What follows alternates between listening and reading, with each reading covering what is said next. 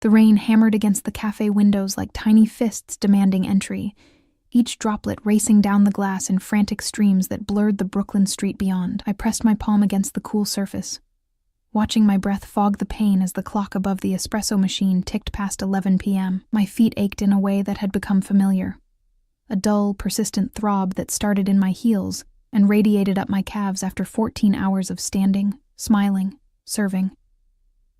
"Emma, table 6 needs clearing," Marcy called from behind the counter, her voice weary but kind. She'd been managing this place for 20 years, and it showed in the permanent crease between her eyebrows and the silver threading through her dark hair. "On it," I mumbled, grabbing the gray plastic bin we used for dirty dishes. The cafe was nearly empty now, just a couple nursing cold coffees in the corner and a businessman typing furiously on his laptop. The fluorescent lights made everything look washed out, tired. Like me. I'd moved to New York 3 months ago with exactly 2 suitcases. A nursing degree I couldn't afford to complete, and dreams that seemed laughable now. The studio apartment I shared with 2 other girls cost more than I'd ever imagined rent could cost. Most nights I survived on the leftover pastries Marcy let us take home. Day-old croissants and muffins that were better than anything I'd eaten growing up in rural Pennsylvania. The bell above the door chimed, and I glanced up reflexively. He stepped inside like he was entering somewhere he owned, which, for all I knew, maybe he did. Water darkened his charcoal suit jacket at the shoulders, but he didn't seem to notice or care. 3 men followed him, massive, silent shadows in dark clothing that screamed security even to my inexperienced eyes. They fanned out with practiced precision, one positioning himself by the door, another scanning the cafe's interior with cold, assessing eyes. But it was him I couldn't stop looking at. Tall, broad-shouldered, probably mid-30s. Dark hair swept back from a face that could have been carved from marble, all sharp angles and strong lines, with a jaw that suggested he could take a punch and deliver one twice as hard. His eyes, even from across the room, were impossibly dark, almost black in the harsh lighting. He moved with the kind of confidence that came from never having to explain yourself, never having to apologize for taking up space. The scent hit me as he passed my station. Expensive cologne, cedar, and something darker, mixed with rain, and the faint metallic tang that I couldn't quite place. Danger, my instincts whispered. This man is dangerous. "Emma," Marcy hissed, and I realized I'd been staring, frozen with the dish bin in my hands like an idiot. He took the corner booth, the best seat in the house with a clear view of both entrances and the street outside. One of his men remained standing beside the table, hand resting inside his jacket in a way that made my stomach clench. The businessman suddenly remembered he had somewhere else to be, closing his laptop with shaking hands and practically running for the door. "I'll take his table," Marcy said quickly, but her hands trembled as she reached for her order pad. "No." The word came out before I could stop it. "I've got it." She looked at me like I'd volunteered to pet a sleeping tiger. Maybe I had. My legs felt unsteady as I approached his booth, the dish bin abandoned at the counter. Up close, he was even more striking, and more terrifying. A thin scar traced along his left cheekbone, pale against his olive skin. His hands rested on the table, and I noticed his knuckles were slightly scarred, the marks of someone who'd thrown plenty of punches. "What can I get you?" My voice came out steadier than I felt. He didn't look up immediately, his attention fixed on his phone. When he finally raised his eyes to meet mine, I felt the impact like a physical thing, a jolt that ran down my spine and settled somewhere deep in my chest. His gaze was intense, assessing, taking in every detail of my appearance in a single sweep that made me acutely aware of my stained apron, my hair escaping its ponytail. The exhaustion I knew showed on my face. Coffee. Black. His voice was deep, textured with an accent I couldn't quite place. Italian, maybe, softened by years in America. "And whatever pastry is fresh." "Nothing's fresh at this hour," I said honestly, then immediately regretted it. "But the apple turnovers are from this afternoon. They're still good." The corner of his mouth twitched, not quite a smile, but close. "Honest. That's rare." One of his men shifted, and I caught the outline of a gun holster beneath his jacket. My heart kicked against my ribs. These weren't businessmen.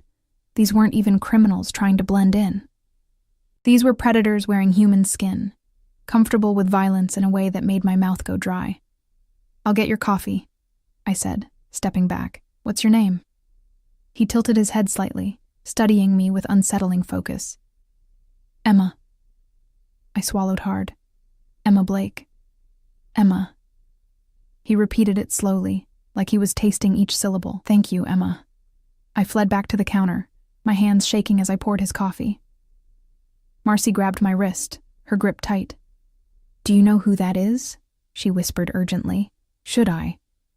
"That's Dante Salvatore." She said the name like it should mean something, her eyes wide with fear. "He owns half of Brooklyn, restaurants, clubs, construction companies, and that's just what's legal." She leaned closer, her breath warm against my ear. "They say he's the youngest Don of the Salvatore family, that he took over when his father was killed 5 years ago and consolidated power in 6 months. 6 months, Emma. Do you know how many people died in those 6 months?" I didn't want to know. I carried the coffee and turnover back to his table, my heart hammering so hard I was sure he could hear it. He'd put his phone away and was now watching the street through the window with the kind of attention that suggested he was always waiting for something bad to happen. "Your coffee, Mr. Salvatore," I said, setting it down carefully. His eyes snapped to mine, surprise flickering across his face before his expression shuttered closed. "You know who I am." Apparently everyone does. I placed the plate with the turnover beside his cup. "Will there be anything else?" "Sit."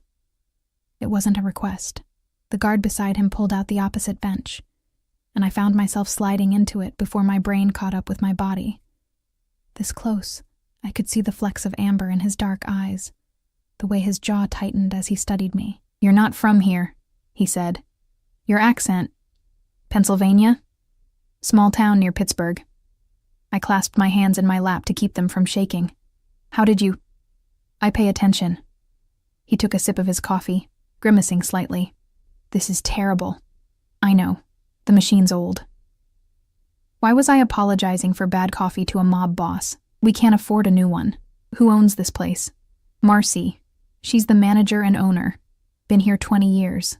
He nodded slowly, like he was filing away information for later use. "And you?" "How long have you been in New York?" 3 months. "Nursing school?" His gaze dropped to the medical journal I'd stuffed in my apron pocket.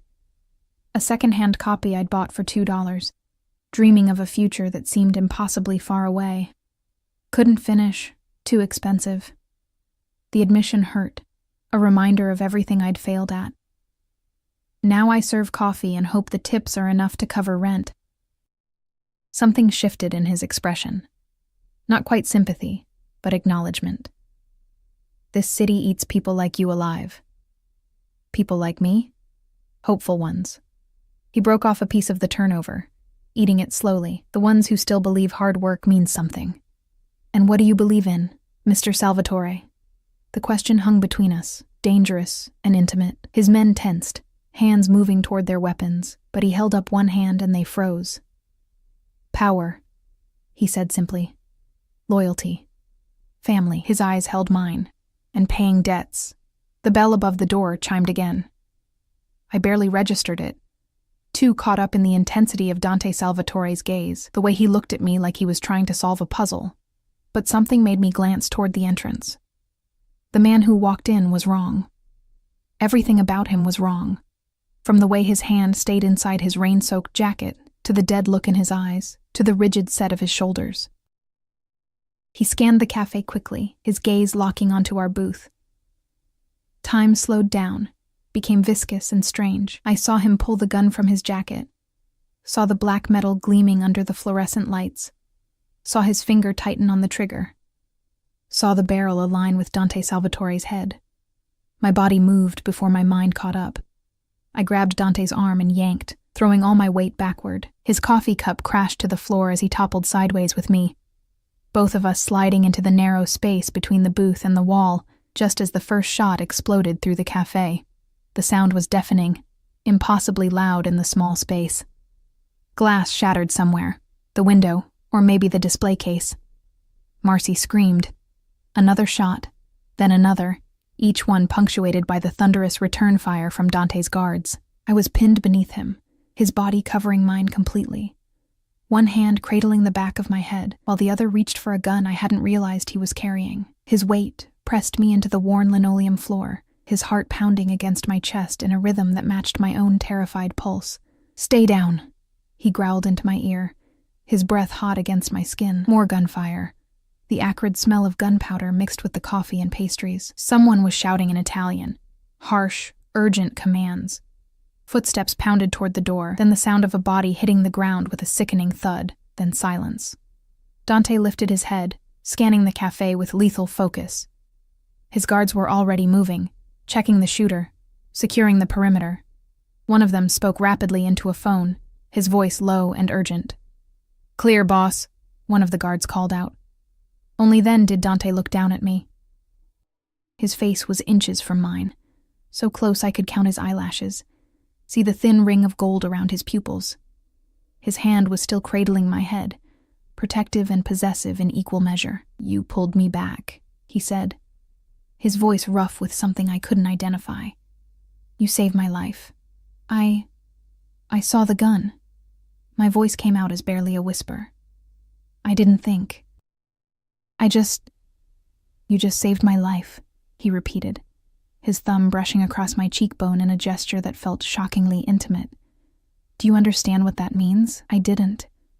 I couldn't think past the adrenaline flooding my system, the way my entire body was shaking, the impossible warmth of his touch against my cold skin.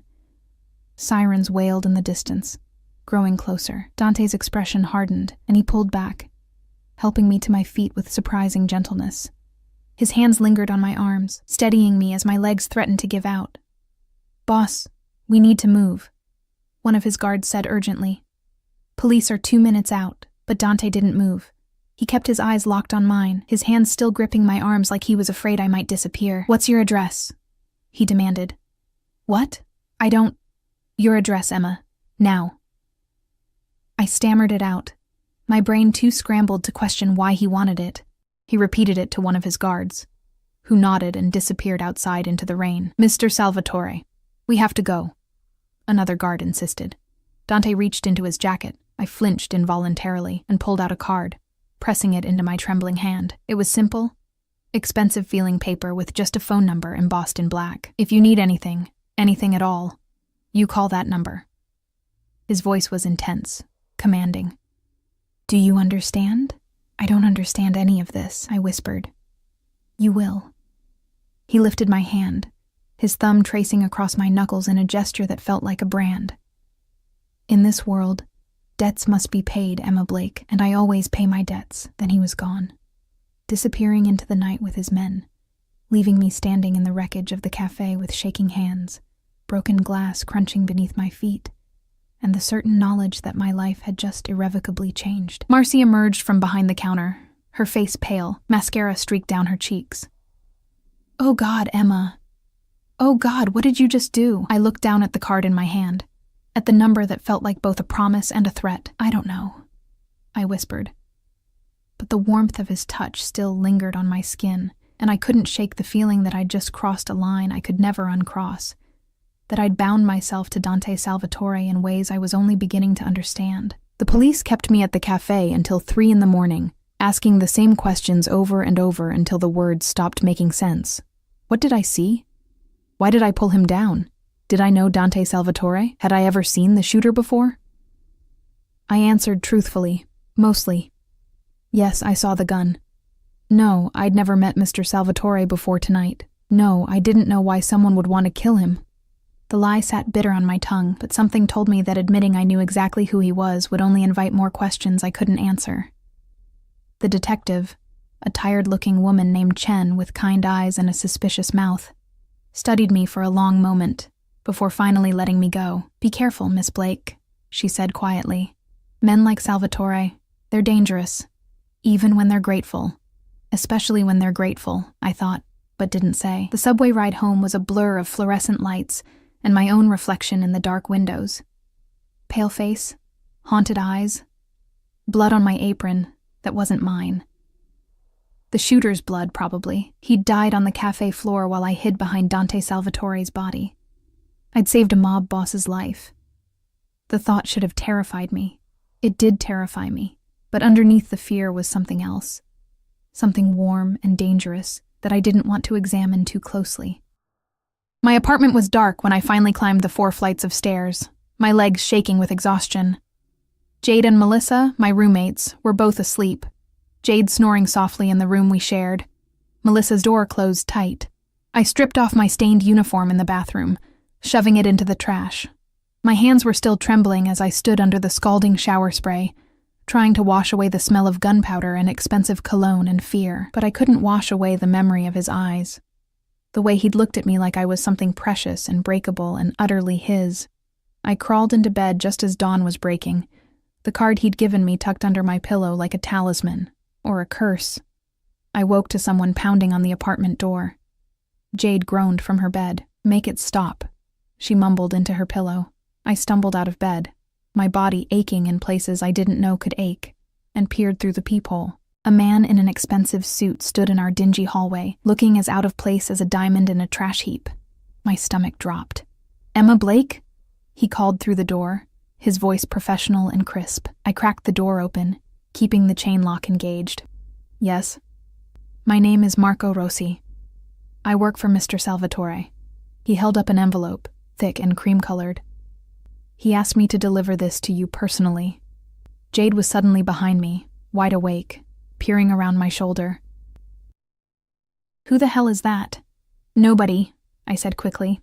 "Wrong address. Miss Blake, please." Marco's expression didn't change. "Mr. Salvatore was very insistent that this reach you today." I unhooked the chain with shaking fingers and opened the door just wide enough to take the envelope. Marco nodded once, professionally, then turned and walked back down the hallway, like he hadn't just delivered something from one of New York's most dangerous men to a 4th-floor walk-up in a building where the elevator had been broken for 6 months. "Emma." Jade grabbed my arm. What the actual fuck? I closed the door and leaned against it, staring at the envelope. My name was written across it in bold, masculine handwriting. Not printed, handwritten, like he'd taken the time himself. "Open it," Jade demanded. Inside was a letter on heavy cardstock paper, and beneath it, a check that made my vision blur. $50,000. "Holy shit," Jade breathed over my shoulder. "Holy fucking shit, Emma."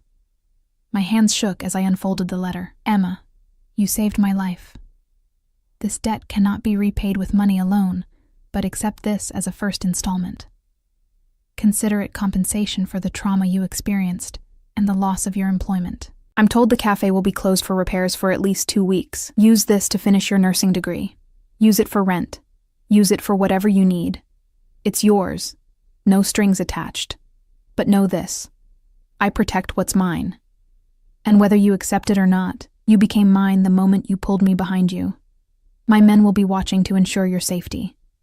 You won't see them, but they're there.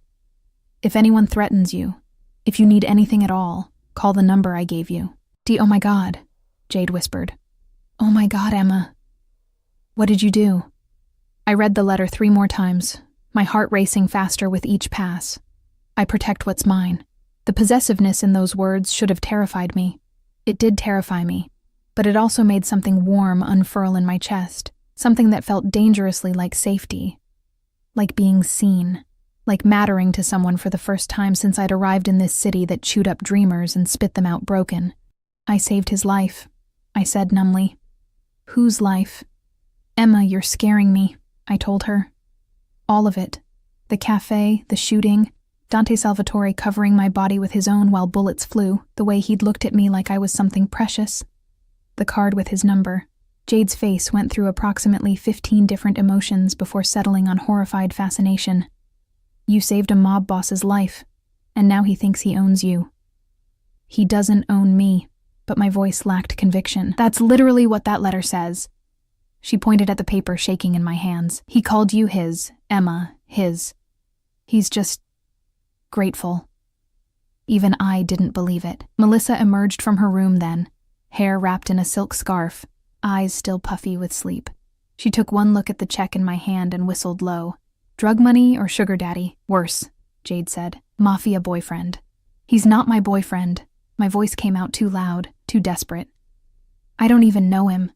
Last night was the first time we ever spoke, but I could still feel the weight of his body covering mine, still smell his cologne, still see the intensity in his eyes when he'd said I always pay my debts. Melissa plucked the check from my fingers, examining it like it might be fake. This is real. Holy shit. This is real. She looked at me, her expression serious. Emma, you need to be careful. Men like that don't give away money for nothing. He said no strings attached. And you believed him? Melissa shook her head. Honey, there are always strings. You just can't see them yet. I tried to return to normal over the next week. I really did. But normal didn't exist anymore. The cafe remained closed. Crime scene tapes still stretched across the shattered windows. Marcy called me twice. Once to tell me she was okay. Once to tell me she was selling the place and moving back to Ohio to live with her sister. I can't do this anymore, Emma, she said, her voice broken. I'm too old for bullets and blood. I deposited the check, feeling guilty and grateful and terrified in equal measure. Paid 3 months' rent in advance, which made my roommates cry with relief. Bought groceries. Real groceries, not day-old pastries and ramen. Called the nursing school and asked about re-enrollment for the spring semester. The admissions counselor was surprised but helpful. With your previous credits, you'd only need 18 months to complete the program. When can you start? January, I heard myself say. I can start in January. It felt like someone else's life, someone who had choices, someone who wasn't looking over her shoulder every time she left the apartment, wondering if Dante Salvatore's invisible guards were really out there, watching. I never saw them, but sometimes I felt them, a prickling awareness at the back of my neck when I walked to the corner store. A shadow that moved too deliberately in my peripheral vision, a car that seemed to idle too long at the end of the block. You won't see them, but they're there. I should have felt violated, surveilled, but instead, I felt safe. Safer than I'd felt since moving to this city where everyone was a stranger and danger lurked in every dark subway car, every late-night walk home. The card stayed under my pillow. I took it out sometimes, late at night when Jade was asleep, and traced my finger over the embossed numbers. I never called. What would I even say? Thank you for the money and the surveillance state? Thank you for making me feel like I matter? Thank you for looking at me like I'm worth protecting? 10 days after the shooting, I got another delivery. This time it was a different man, younger, with sharp eyes and a messenger bag slung across his chest.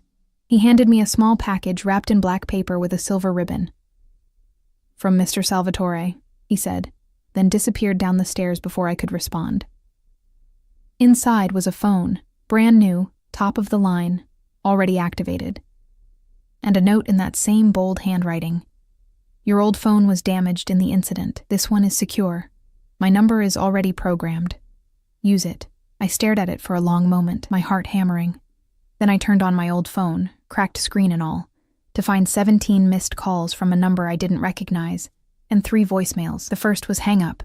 The second was heavy breathing. The third made my blood run cold. You stupid bitch, a man's voice snarled, slurred with alcohol or drugs or both. You think you're safe? You think Salvatore can protect you forever? Marco Castellano is dead because of you. You killed my brother, and I'm going to make you pay. The message ended. My hands were shaking so badly I nearly dropped the phone. Marco Castellano, the shooter. He had a brother. I grabbed the new phone with trembling fingers and pulled up the only contact saved. Dante. My thumb hovered over the call button for what felt like an eternity, then I pressed it. He answered on the first ring, Emma. Just my name, but the way he said it, relief and possession and hunger all wrapped up in 2 syllables, made my breath catch. Someone left me a message, I said, my voice shaking. Marco Castellano's brother. He says... I know what he says. His voice turned hard, cold enough to freeze. Give me your location. I'm at my apartment, but stay there. Don't open the door for anyone except my men. Do you understand, Dante? Do you understand? More forceful now, laced with an authority that made my spine straighten automatically. Yes. Good girl. The approval in his voice sent warmth flooding through my veins. I'll be there in 20 minutes. You don't have to. Yes. he said softly, dangerously. I do. He hung up. I stood there holding the phone, my heart racing, wondering what the hell I'd just done. Jade emerged from the bathroom, took one look at my face and froze. What happened? He's coming here. Who's...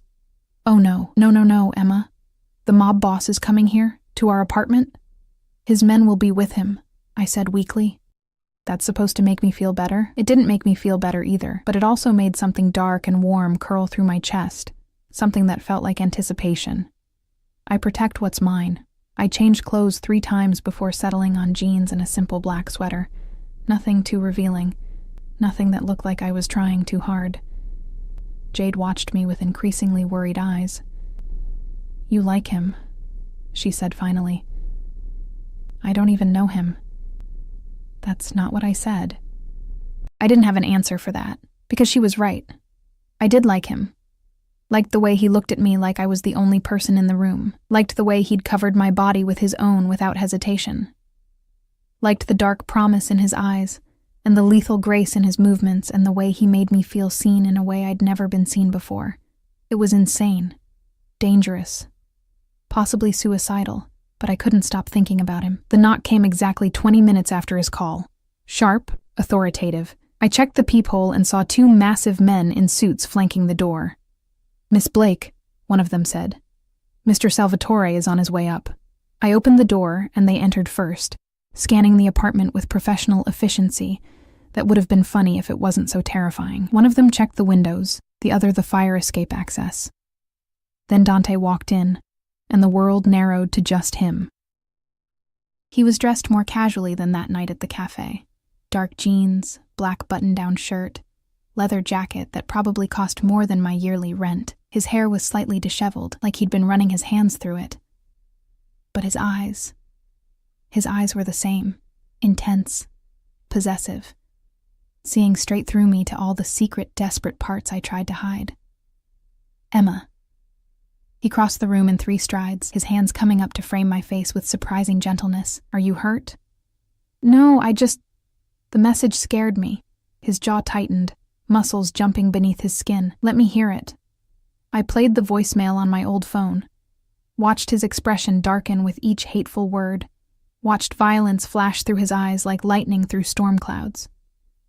When it ended, he pulled me against his chest in a move that felt both protective and possessive. I could feel his heart beating beneath my cheek, fast and hard, matching my own frantic rhythm. Luca Castellano, he said quietly, speaking to one of his guards. Find him. Now, boss. Now. The single word was laced with enough menace to make even his own men flinch. They left quickly, leaving us alone in my cramped apartment, with Jade watching from the doorway of her bedroom like she was witnessing a car crash in slow motion.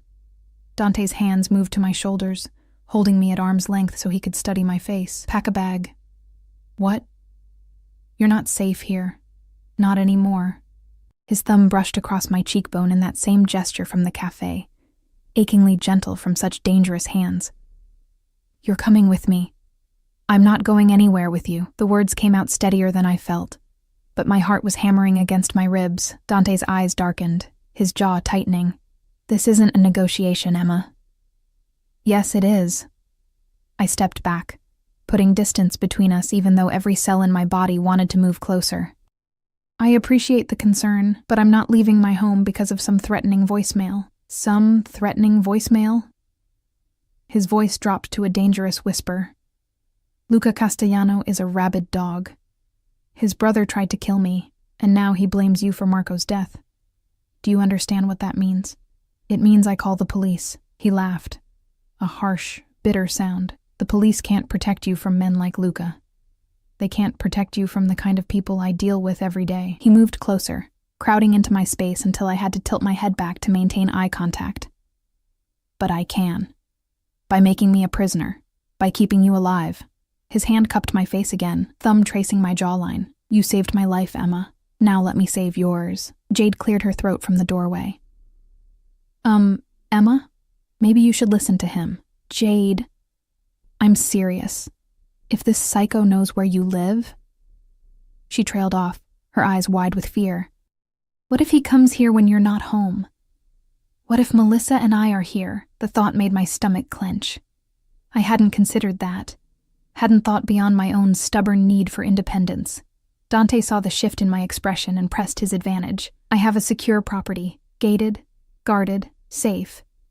You'll have your own space, your own privacy, but you'll be protected. For how long? Until Luca Castellano is no longer a threat. His eyes held mine, intense and unwavering, however long that takes. I knew what he meant. However long it took to find Luca and... What? Kill him? Make him disappear? The casual acceptance of violence in his voice should have terrified me. Instead, it made me feel protected in a way I'd never felt before. Okay, I whispered. Okay, I'll go. Relief flashed across his face, quickly masked. Pack enough for 2 weeks.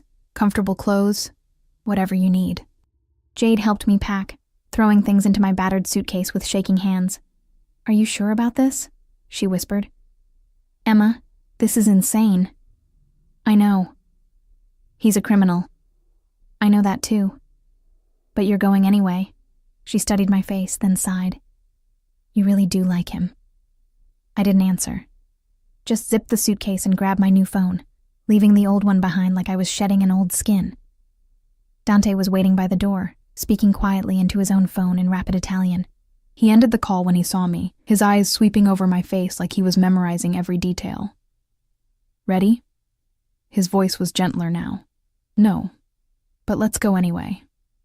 The car waiting downstairs was exactly what I expected. A black SUV with tinted windows and a driver who looked like he could bench press a building. Dante's hand rested on the small of my back as he guided me inside, the touch possessive and protective in equal measure. The interior smelled like leather and his cologne.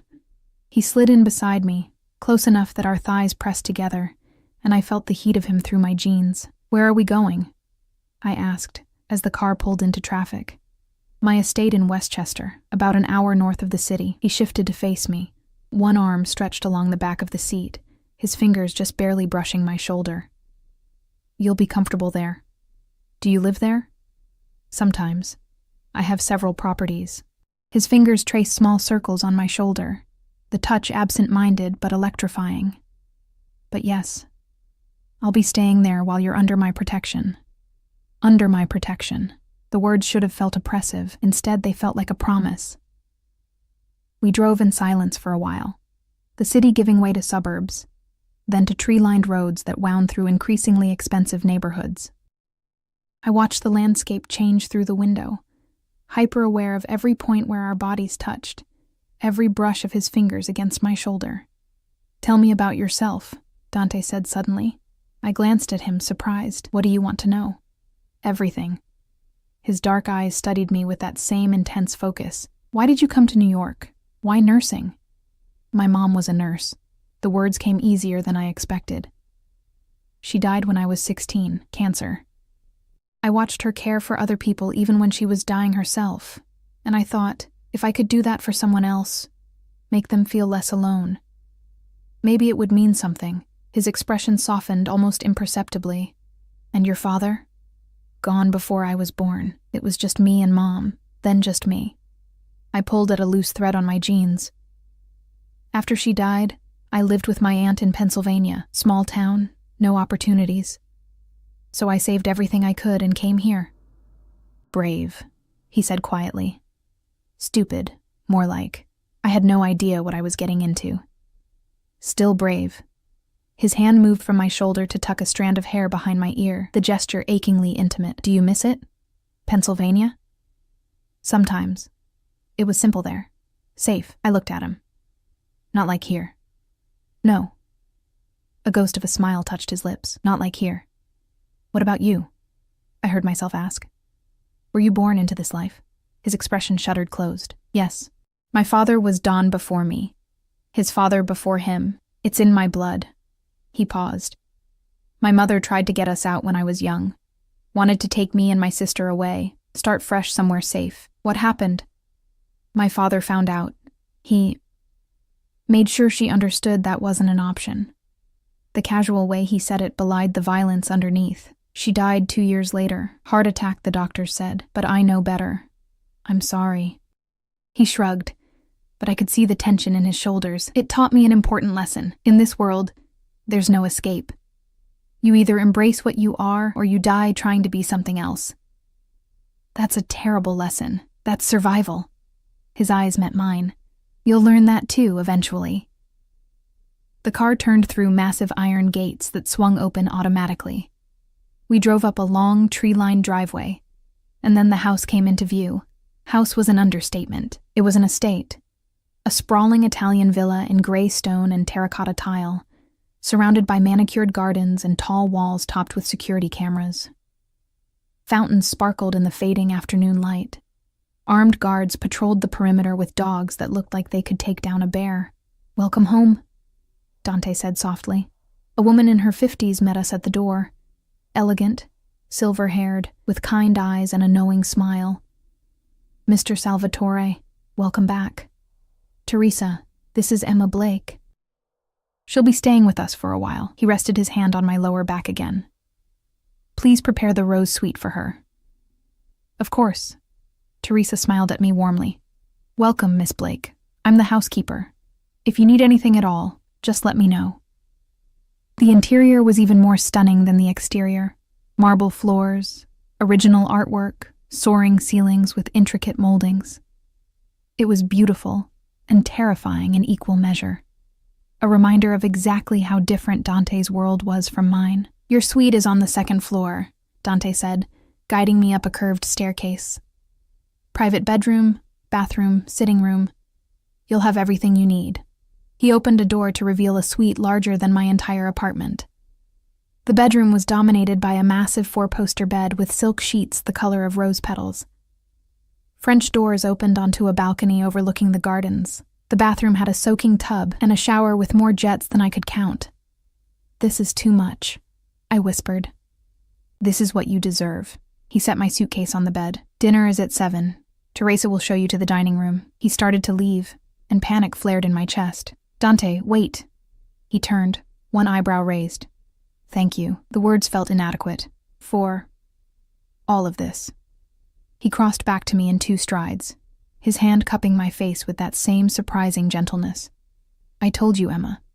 I protect what's mine."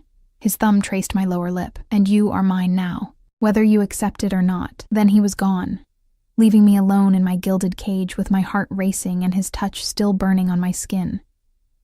I spent the next hour exploring the suite, unpacking my meager belongings into the massive walk-in closet where they looked pathetic and out of place. I showered in the marble bathroom, trying not to think about the cost of the luxury soap or the softness of the towels.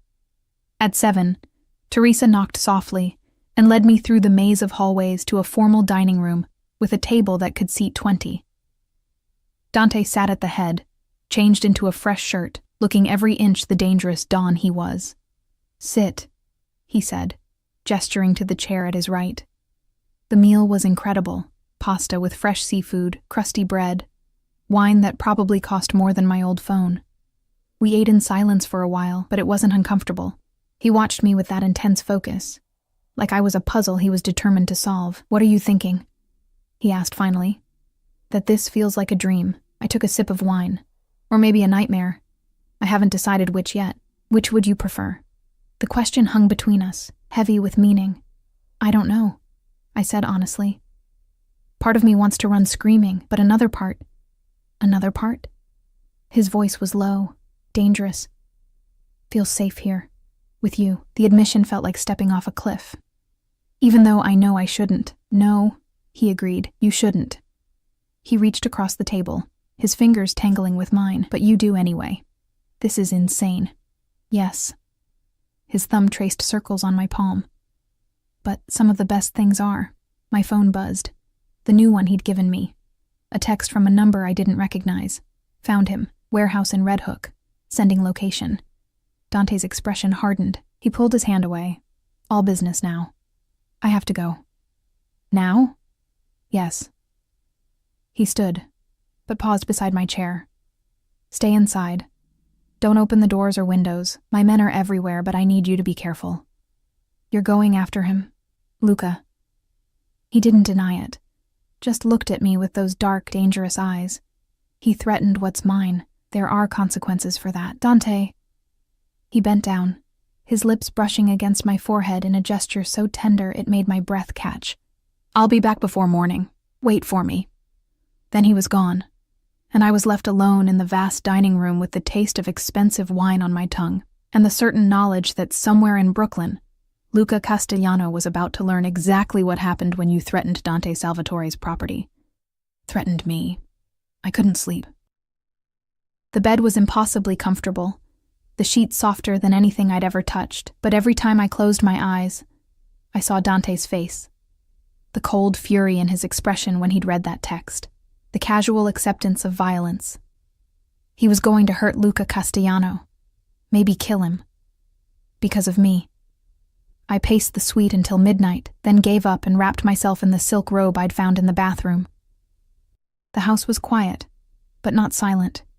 I could hear the low murmur of voices from somewhere below, footsteps in distant hallways, the occasional crackle of a radio, guards, everywhere. I stepped onto the balcony, breathing in the cool night air. The garden stretched out below, lit by soft landscape lighting that made everything look like a painting. Beyond the walls, I could see the lights of other estates, the distant glow of the city. Can't sleep? I spun around, heart leaping into my throat. A woman stood in the doorway of my suite, late 20s, beautiful in a sharp, dangerous way, dark hair cut in a sleek bob, designer clothes, and eyes that assessed me like I was a threat. Who are you? My voice came out steadier than I felt. Alessia Salvatore, Dante's sister. She stepped onto the balcony, moving with the same predatory grace as her brother. I wanted to meet the woman who saved his life. I didn't know he had a sister. He doesn't talk about me much. I'm the black sheep of the family, a bitter smile. I wanted out. He convinced me to stay. She leaned against the balcony railing, studying me. You're not what I expected. What did you expect? Someone harder, more calculated. She tilted her head. You're soft, sweet, not the type my brother usually goes for. He doesn't go for me, I'm just his? Alessia laughed. Oh, honey, you're absolutely his. I saw the way he looked at you when he brought you in. Like you're the only real thing in a world of shadows. She paused. It's been a long time since I've seen him look at anyone like that. My cheeks heated. I barely know him. That won't matter to Dante. When he wants something, he takes it. When he claims something, he keeps it. Her expression turned serious, but I need you to understand something. My brother is dangerous, not just to his enemies, to everyone around him. People who get close to him end up hurt or dead or worse. Why are you telling me this? Because despite everything, I love him. And I think he actually cares about you, which means you're in more danger than you realize. She pushed off the railing. Be careful, Emma Blake. In this world, even the people trying to protect you can destroy you. She left as silently as she'd arrived, leaving me alone with my racing thoughts and the weight of her warning. Dante returned at 4 a.m. I heard the cars pull up, heard voices in the foyer below, then footsteps on the stairs coming closer. I was sitting on the bed, still wearing the silk robe, unable to even pretend to sleep. He appeared in my doorway, and my breath caught. Blood spattered his white shirt, not his, I prayed. His knuckles were split and bruised, his hair was disheveled, his jaw tight with residual violence, but his eyes found mine with an intensity that made my heart stutter. You're awake, he said softly. I couldn't sleep. I stood up, my legs unsteady. Are you hurt? No. He stepped into the room, closing the door behind him. The blood isn't mine. Is he dead? Luca? No. Dante moved closer, and I could smell smoke and copper on him, but he understands now what happens when you threaten what's mine. He won't bother you again. How can you be sure? Because I made him very certain of the consequences if he does. His voice was flat, emotionless. Then his eyes softened as they traced over my face. You're scared of me now. No. The word came out before I could think. I'm not scared of you. You should be. I know. I closed the distance between us, my hand reaching up to touch his bruised knuckles, but I'm not. He caught my wrist, his grip gentle despite the violence still thrumming through him. "Emma, you need to understand what I am. What I do. I hurt people. I kill people. I run an empire built on blood and fear. I know. And you're still not afraid?" His thumb traced circles on my wrist, right over my racing pulse. "I'm terrified," I whispered. "But not of you. Of this. Of how you make me feel." Something shifted in his expression. Hunger and possession, and something deeper, more dangerous. "How do I make you feel?" "Like I matter. Like I'm worth protecting. Like I'm—" I swallowed hard. "Like I'm seen." He pulled me closer, his free hand cupping my face. "You are seen, Emma. The strength you try to hide. I see every part of you. The loneliness you carry. The way you pretend to be invisible when you're the most visible thing in any room. Dante, I should let you go." His forehead pressed against mine. "I should send you away. Keep you safe from my world. But I can't. I won't. You're mine now, and I'm too selfish to give you up. I don't want you to give me up." The confession felt like surrender. His control snapped. He kissed me, hard and possessive and desperate, like he was trying to claim every part of me at once. I melted against him, my hands fisting in his blood-stained shirt, tasting violence and danger and something indefinably him. When he finally pulled back, we were both breathing hard. His eyes were nearly black with desire, his hands gripping my hips like he was afraid I'd disappear. "Tell me to stop," he said roughly. "Tell me this is too fast, too much. Tell me to leave. Don't leave." I pulled him closer. "Don't you dare leave." He groaned and kissed me again.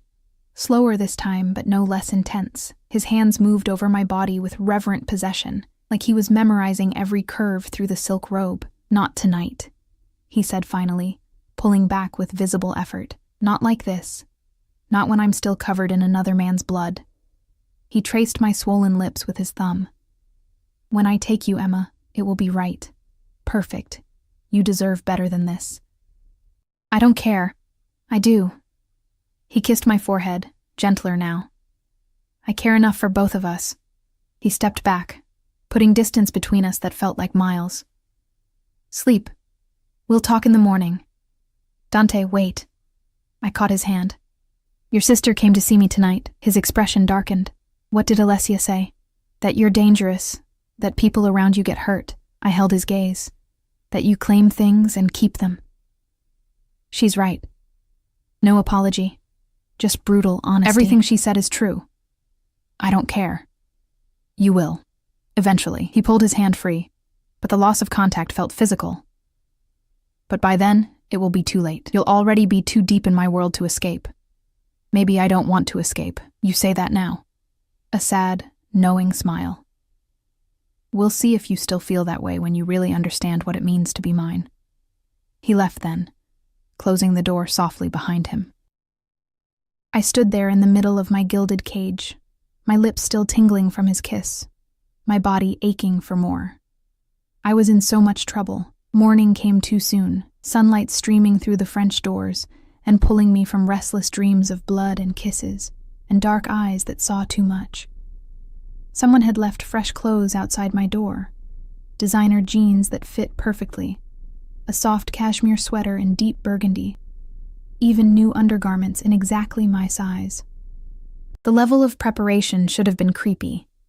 Instead, it felt like being cared for in a way I'd never experienced. Teresa found me wandering the hallways, trying to find my way back to the dining room. "Mr. Salvatore is in his office," she said kindly. "He asked that you join him for breakfast there." She led me through a maze of corridors to a set of heavy wooden doors. Inside, Dante sat behind an enormous desk covered in papers and laptops and phones. He was on a call, speaking rapid Italian, but his eyes locked on mine the moment I entered. He held up one finger, "Wait," and finished his conversation. Then he stood, rounding the desk to greet me. "You look beautiful," he said, his voice rough like he hadn't slept either. "The clothes. How did you know my size?" "I pay attention." He guided me to a small table by the window where breakfast was already laid out. "Did you sleep?" "Not really." "Neither did I." He poured coffee for both of us, his movements graceful despite his bruised knuckles. I kept thinking about you in that room, so close but not close enough. Heat flooded my cheeks. Dante. We need to talk, Emma. He sat across from me, his expression serious. About what happens now. My stomach clenched. Are you sending me back? No. The word was immediate, forceful. Never. But you need to understand what you're agreeing to by staying here. By being with me. I'm listening. My world is dangerous. Enemies everywhere, both obvious and hidden.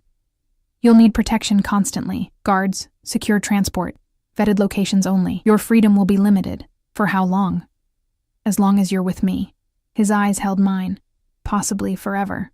The word hung between us, heavy with promise and threat. There's more, he continued. My family, my associates, they'll see you as a weakness, something to exploit or eliminate. You'll be a target simply because you matter to me. You're trying to scare me away. I'm trying to be honest. He reached across the table, his hand covering mine. I'm giving you a choice, Emma. Stay, accept this life. Accept me, all of me, the violence and danger and darkness, or I'll arrange for you to leave the city. New identity, new start somewhere far from here.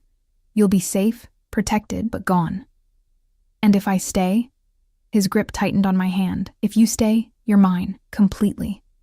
No going back, no changing your mind when things get hard. You'll belong to me in every way that matters. I should have been terrified by the possessiveness in his voice, the absolute certainty, but instead, I felt something warm and dangerous unfurl in my chest. I want to stay, I whispered. Emma. I want to stay, I repeated, stronger now. I choose you. This. Whatever consequences come. He stared at me for a long moment, something vulnerable flickering behind his dark eyes.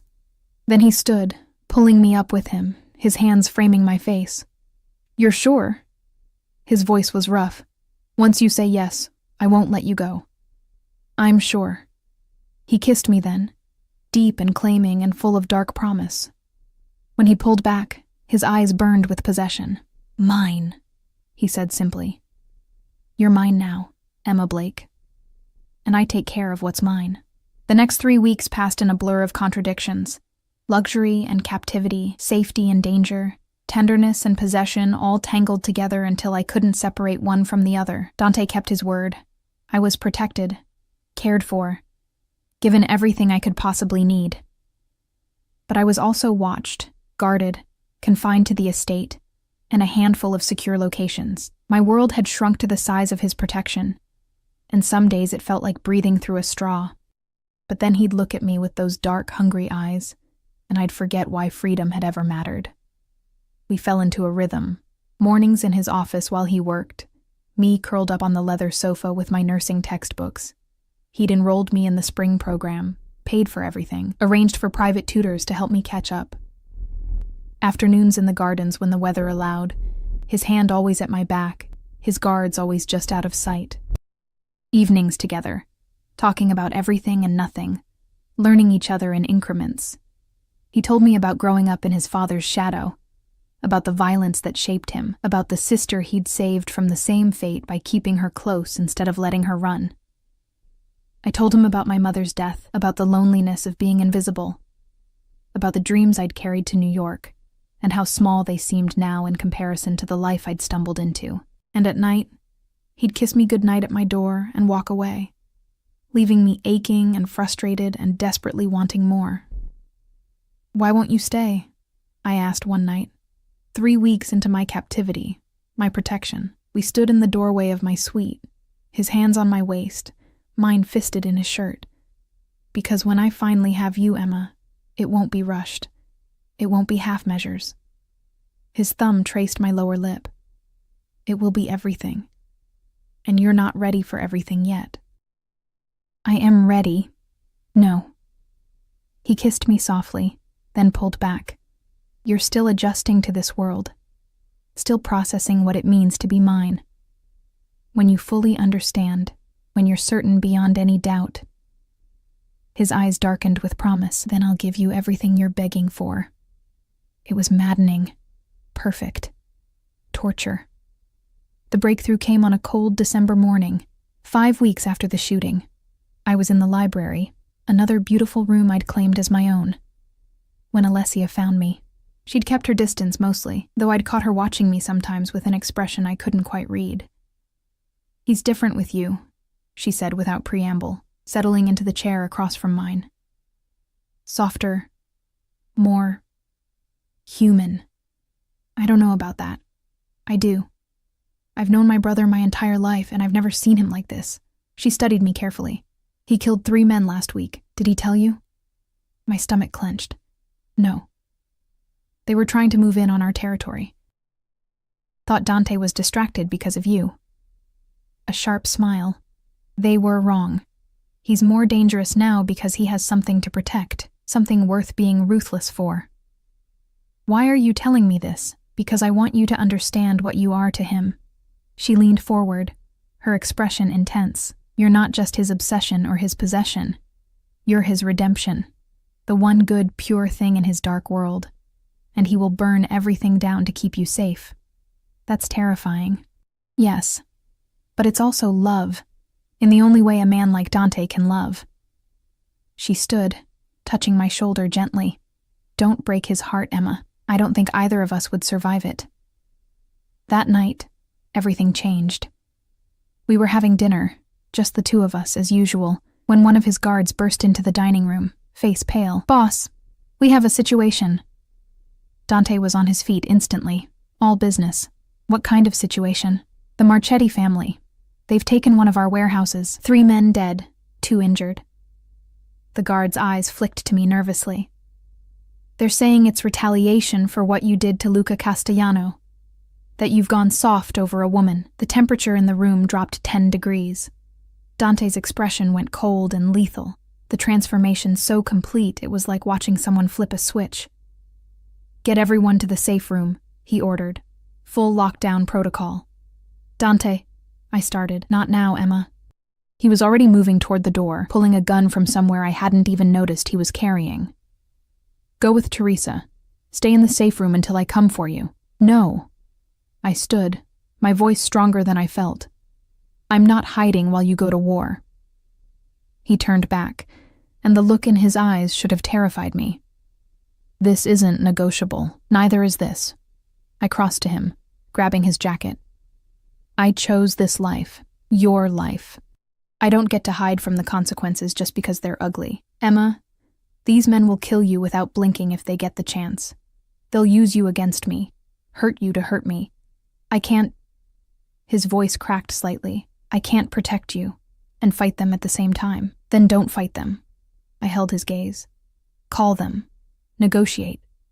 Show them that you haven't gone soft. You've gotten smarter. That you're still the man who took over this city in 6 months." Something shifted in his expression. He cupped my face, his thumb tracing my cheekbone. "You're too good for this world." "No. I'm exactly right for your world, because I see both sides of you, the monster and the man, and I'm not afraid of either." He kissed me hard, desperately, like I was his anchor in a storm.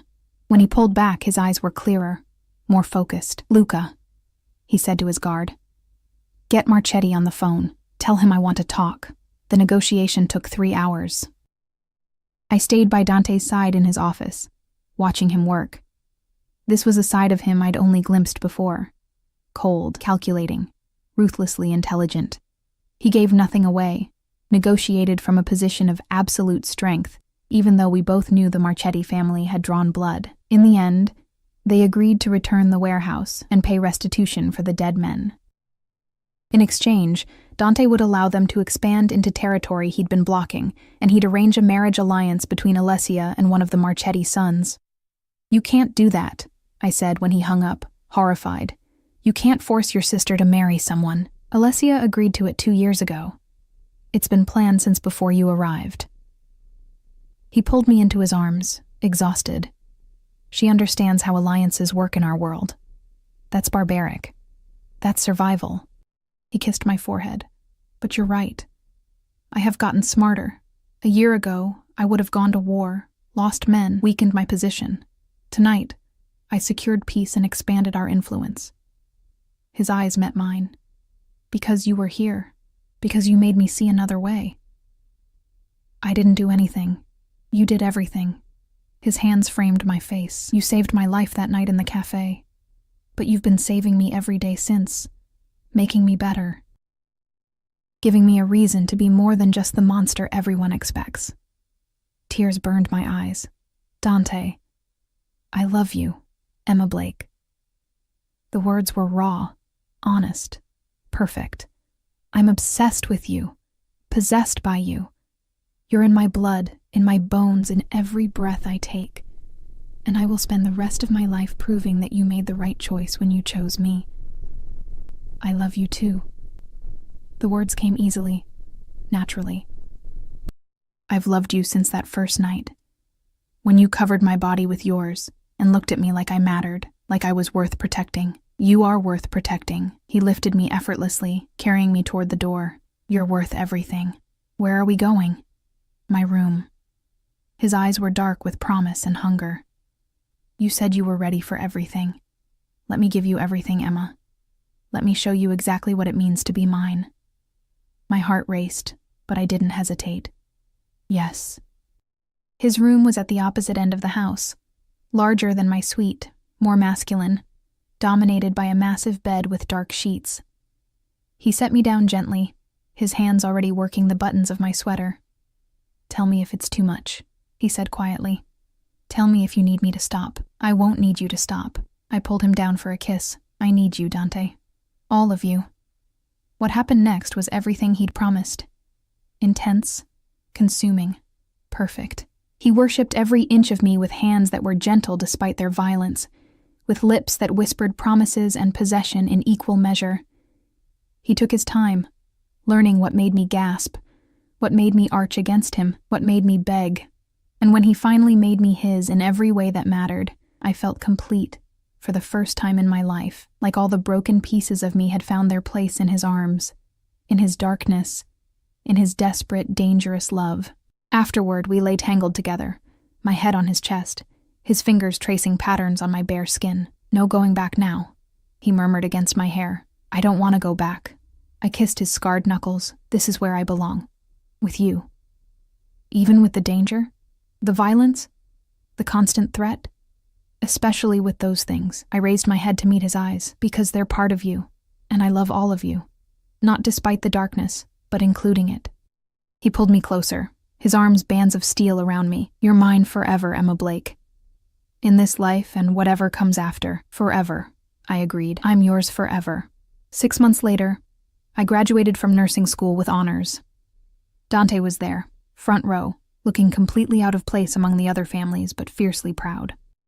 Alessia sat beside him, pregnant with the Marchetti heir and surprisingly happy about it. Turned out her arranged husband was actually decent, and they'd found something real in their political alliance.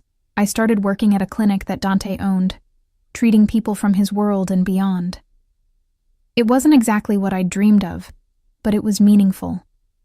I was helping people, making a difference, using my mother's legacy to bring some light into the darkness. And every night, I came home to Dante, to our estate, our life, our love built on the foundation of violence and protection, and absolute devotion. It wasn't a normal life.